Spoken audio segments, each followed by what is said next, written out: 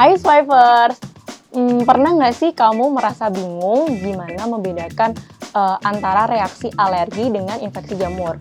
Karena gejalanya memang sangat mirip ya. Jadi ada kemerahan, lalu ada rasa gatal, kadang juga ada muncul blister atau pustula, dan disertai dengan sisik. Penasaran gimana cara membedakannya? Makanya jangan kemana-mana, karena kita bakal kupas tuntas bersama aku, Apoteker Putri Harisma di Farmakepo, Kepoin Abis Farmasi.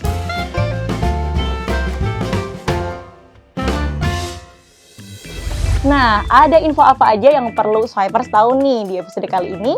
Yuk kita mulai pembahasannya.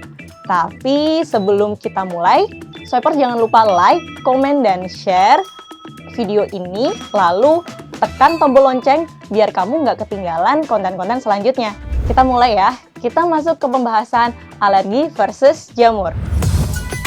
Yang perlu digarisbawahi atau yang perlu kamu ingat bahwa penyebab dari keduanya itu sangat berbeda. Jika alergi itu disebabkan oleh alergen yang bisa sangat bermacam, sangat bervariasi penyebabnya. Nah, selengkapnya untuk materi alergi kamu bisa tonton di video ini ya. Nah, sementara infeksi jamur itu disebabkan oleh spesies jamur. Jadi misalnya Candida albicans itu menyebabkan candidiasis. Jadi spesiesnya memang jamur yang menyebabkan. Sementara kalau alergi ya memang ada alergen yang menyebabkan reaksi alergi dalam tubuh. Lalu bagaimana sih cara membedakan gejalanya? Perlu kamu tahu bahwa alergi itu dia terlokalisir di satu area tertentu. Kalau kita kemarin membahas tentang dermatitis kontak alergi, dia terlokalisir di satu tempat kulit tertentu. Nah, saat dia menyentuh orang lain, dia nggak akan tertular karena reaksi alergi hanya terjadi di situ. Sementara jamur, dia menginfeksi di satu kulit dan saat tersentuh oleh orang lain atau kulit yang lain, kulit itu juga akan terinfeksi. Jadi jamur itu sangat mudah menyebar dengan cepat lewat kontak kulit. Sementara reaksi alergi tidak, khususnya DKA atau dermatitis kontak alergi. Yang kedua adalah lokasinya. Kamu perlu tahu dan ingat bahwa jamur itu sangat suka tumbuh di tempat yang lembab dan basah, seperti di ketiak atau di selangkangan atau di lipatan-lipatan lain seperti sela-sela jari, jari kaki, jari tangan, atau dia juga bisa muncul di kuku. Yang terakhir, yang perlu kamu tahu perbedaannya adalah di gejalanya. Meskipun gejalanya sama ya, seperti merah, gatal, lalu ada blister atau pustula, tapi jamur itu biasanya konsentrasi kemerahan atau sisiknya itu dia lebih intens di bagian pinggir. Jadi misalnya kita bicara tentang ringworm, bentuknya bulat. Nah, kemerahan atau sisik itu dia ada di pinggir-pinggirnya, di tepinya. Lebih intens di sebelah situ, tapi tidak di tengah. Begitu pula dengan blister atau pustulanya, itu juga akan lebih intens di tepi lesinya. Seperti itu. Nah, ada satu fun fact nih. Jadi ada satu mitos yang menyebutkan bahwa infeksi jamur ini bisa sembuh dengan menggunakan bensin. Hayo, siapa nih Swipers yang pernah mengobati saudaranya atau dirinya sendiri mungkin menggunakan bensin? Tapi faktanya justru bensin yang digunakan untuk mengobati infeksi jamur ini bisa memperparah kondisi kulit. Jadi bisa menyebabkan iritasi dan memperburuk gejalanya loh. Jadi jangan menggunakan bahan-bahan yang memang belum terbukti efektivitasnya ya. Kita selanjutnya masuk ke macam-macam infeksi jamur. Yang pertama, kita bahas tentang ringworm atau Tinea corporis. Salah satu infeksi jamur yang sering terjadi adalah ringworm. Nah, tipe jamur ini itu dia muncul rasa gatal, kemerahan, dan ada blister atau pustula, dan juga sisik disertai kulit kering, dan berbentuk seperti lingkaran atau ring. Jadi dia disebut ring karena bentuknya seperti lingkaran. Worm ini dia disebut seperti worm atau ulat karena ada blister-blister yang mengitari seperti ulat. Jadi ring bulat dan worm seperti ular karena bentuknya bulat dan seperti ular. Seperti itu. Nah, obat-obatan yang sering digunakan untuk mengatasi ringworm ini itu seperti antifurin golongan azol, lalu kombinasi golongan azol dan kortikosteroid, Bisa juga menggunakan inhibitor tubulin dan juga antifungi golongan hidroksipyridon. Selanjutnya kita bahas tentang athlete foods atau Tinea pedis. Kenapa disebut sebagai athlete foods? Ini karena memang banyak terjadi pada kasus kaki atlet. Karena atlet kan kita tahu ya, kalau mereka itu banyak aktivitas dan kakinya itu tertutup, otomatis memang lembab dan juga banyak keringat sehingga memang potensi untuk tumbuhnya jamur itu lebih besar di kaki ini gitu. Jadi disebut sebagai athlete foods. Jenis jamur yang paling umum menyebabkan athlete foods ini adalah Trichopiton rubrum. Nah, gejalanya apa sih? Jadi gejalanya itu meliputi munculnya blister, ada juga rasa nyeri, bahkan biasanya sampai kakinya merah dan pecah-pecah dan bisa sampai berdarah. Lalu terapi yang umum digunakan pada kasus athlete foods itu biasanya menggunakan kortikosteroid, bisa juga menggunakan antifungi golongan alilamin atau tubulin inhibitor. Antifungi golongan azol dan dikombinasikan dengan kortikosteroid juga bisa digunakan.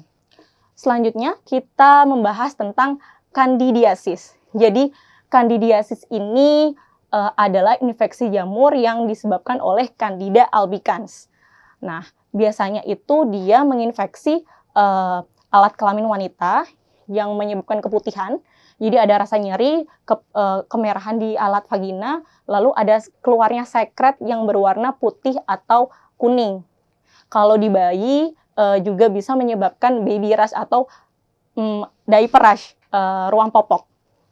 Ini juga bisa terjadi di beberapa lipatan di tubuh seperti di ketiak atau di lipatan paha. Nah, infeksi ini biasanya dapat dengan mudah diobati dengan obat-obat anti jamur OTC seperti golongan azol. Seperti itu. Yang terakhir kita bahas tentang ringworm lagi, tapi bukan Tinea pedis, tapi kali ini adalah Tinea capitis. Tinea capitis ini adalah kurap yang ada di kulit kepala.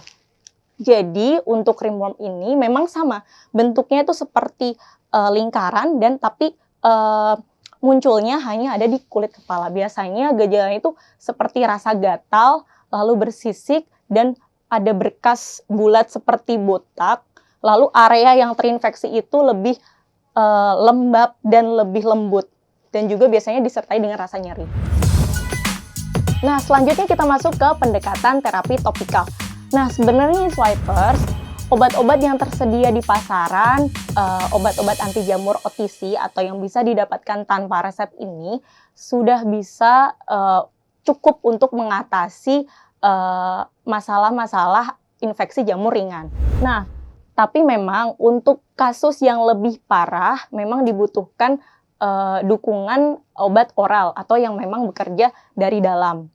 Nah, untuk obat anti jamur OTC topikal ini sendiri biasanya diaplikasikan sekitar 1-2 kali sehari selama 1 minggu sampai 4 minggu atau 1 bulan. Ini bervariasi sekali tergantung dengan keparahan dari jamur dan jenis infeksi jamur itu sendiri. Nah, obat topikal OTC apa aja sih yang bisa digunakan untuk melawan infeksi jamur? Utamanya yang biasanya kamu bisa dapatkan di pasaran itu adalah obat jamur golongan azol, seperti ketoconazole yang terdapat dalam bentuk krim, gel, maupun shampoo. Lalu clotrimazole yang ada dalam bentuk krim, lalu miconazole yang biasanya ada dalam bentuk krim maupun bedak. Mekanisme kerjanya, karena mereka terdapat dalam satu golongan yang sama, mekanisme kerjanya sama, yaitu mengganggu permeabilitas sel membran yang kemudian akan menghambat pembentukan dinding sel jamur sehingga akan memperlambat pertumbuhan jamur itu sendiri. Efek samping yang mungkin timbul biasanya iritasi, rasa gatal, atau rasa sedikit terbakar pada kulit. Lalu selanjutnya kita masuk ke pendekatan terapi oral. Nah, pendekatan terapi oral ini akan sangat banyak sekali, namun pada pembahasan kali ini aku akan lebih memfokuskan kepada pengobatan kurap. Karena tadi kita udah bahas tentang topikal OTC ya, jadi di sini kurap itu kenapa kita bahas sendiri? Karena kurap itu tidak bisa diobati dengan menggunakan produk OTC atau obat bebas. Karena ternyata penggunaan shampoo atau obat topikal yang diaplikasikan ke kepala itu hanya dapat memperlambat atau mencegah penularannya saja. Jadi pengobatan bersamaan dengan shampoo selenium sulfida 1% atau 2,5% atau shampoo ketoconazole 2% itu yang digunakan selama 2 minggu hanya dapat mengurangi penularan. Untuk pengobatannya kita harus menggunakan obat oral yang menggunakan griseofulvin. Jadi lini pertamanya itu griseofulvin.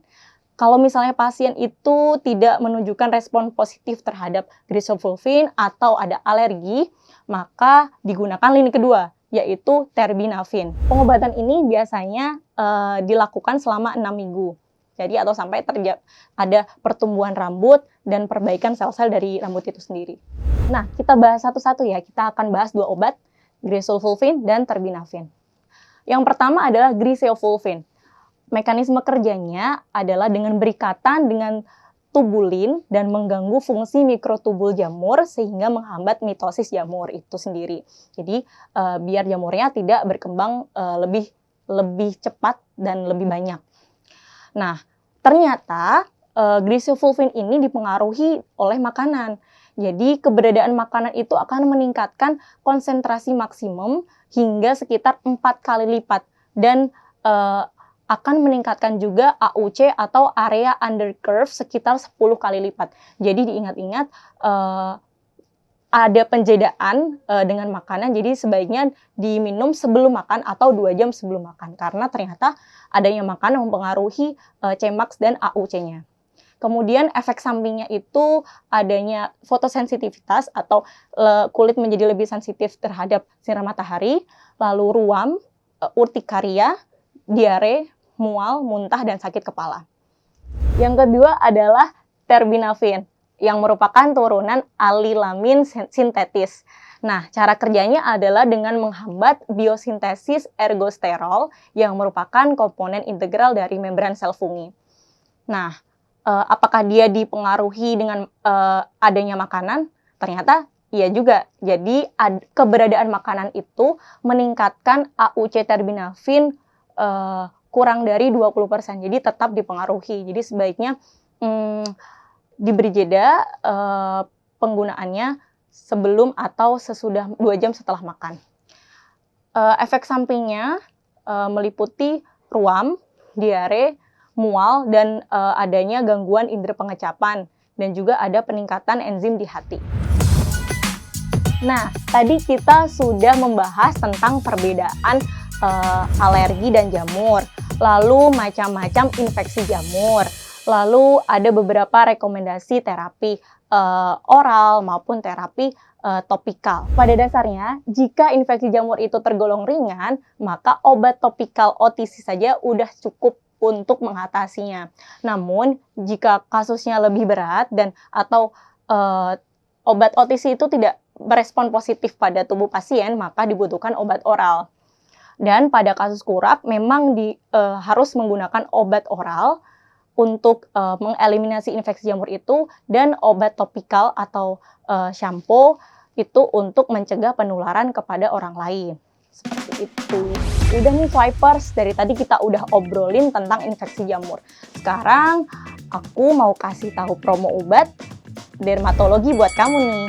Buruan cek promonya di aplikasi SwapRx melalui link yang tertera pada caption di bawah ini ya. Jangan sampai ketinggalan. Kami juga mengharapkan dukungan dari swiper semuanya dalam membuat konten ini dengan cara subscribe, like, dan share, serta jangan lupa nyalakan tombol lonceng biar kamu nggak ketinggalan konten-konten selanjutnya ya. Tetap jaga kesehatan ya swipers. Sampai jumpa di video berikutnya. Pharma Kepo, kepoin abis farmasi.